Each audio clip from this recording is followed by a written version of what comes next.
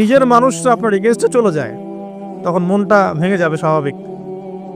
কারণ নিজের মানুষটা সারা দুনিয়া যদি আপনার বিপক্ষেও থাকে, কাছের কিছু মানুষ আপনার পক্ষে থাকে, তখন আপনি বাসাতে অ্যাটলিস্ট সিংহ, তখন বাসা থেকে এনার্জি নিয়ে বাইরে যুদ্ধ করতে পারবেন।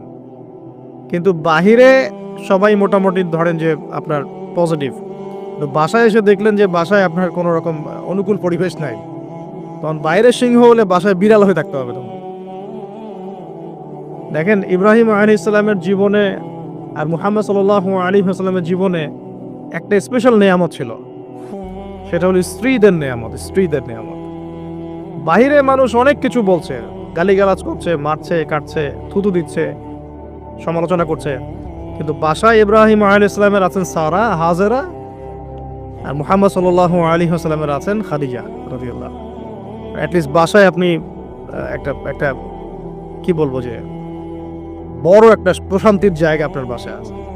তো এটা একটা বড় নিয়ামত যেটা ইব্রাহিম আলাইহিস সালাম এখন হারালেন। হারালেন কিভাবে? বাবা বাসা থেকে বের করে দিল। এখান থেকে বুঝতে হবে যে দিনের পথে চলতে গেলে প্রথম বাধা পরিবার থেকে আসতে পারে, তাই বলে তাদের সাথে কোনো রকমের দ্বন্দ্ব সংঘাতে যাওয়া যাবে না। সালামুন আলাইক, সালামুন আলাইক, তোমাদের উপর শান্তি বর্ষিত হোক। ইব্রাহিম বলছেন সালামুন আলাইক, হে বাবা আপনার উপর শান্তি বর্ষিত হোক। শুধু তাই না, আরো বলছেন আস্তাগফিরুল্লাহ রব্বি, আমি আপনার জন্য আল্লাহর কাছে ক্ষমা চাইবো ইনশাআল্লাহ। ইন্নাহু কানা বি হাফিয়া, তিনি আমার প্রতি খুব মানে মার্সিফুল, আশা করি তিনি আমার দোয়া কবুল করবেন।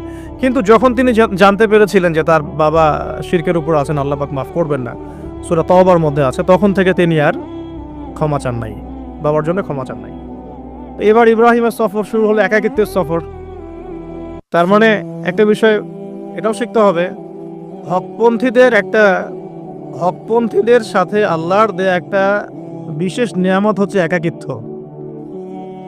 হকপন্থীদের লাইফে আল্লাহ পাকের পক্ষ থেকে একটা বিশেষ অনুগ্রহ হচ্ছে একাকিত্ব।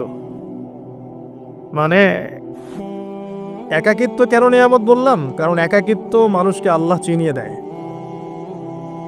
অনেক আলেম দেখবেন যারা জেল টেল খেটে বের হয়েছেন, তারা সবাই একটা কথা বলবেন, জেলখানায় আমরা আল্লাহকে চিনেছি। সব আলেমরা এই কথা বলে যারা ওখান থেকে বের হয়ে আসে।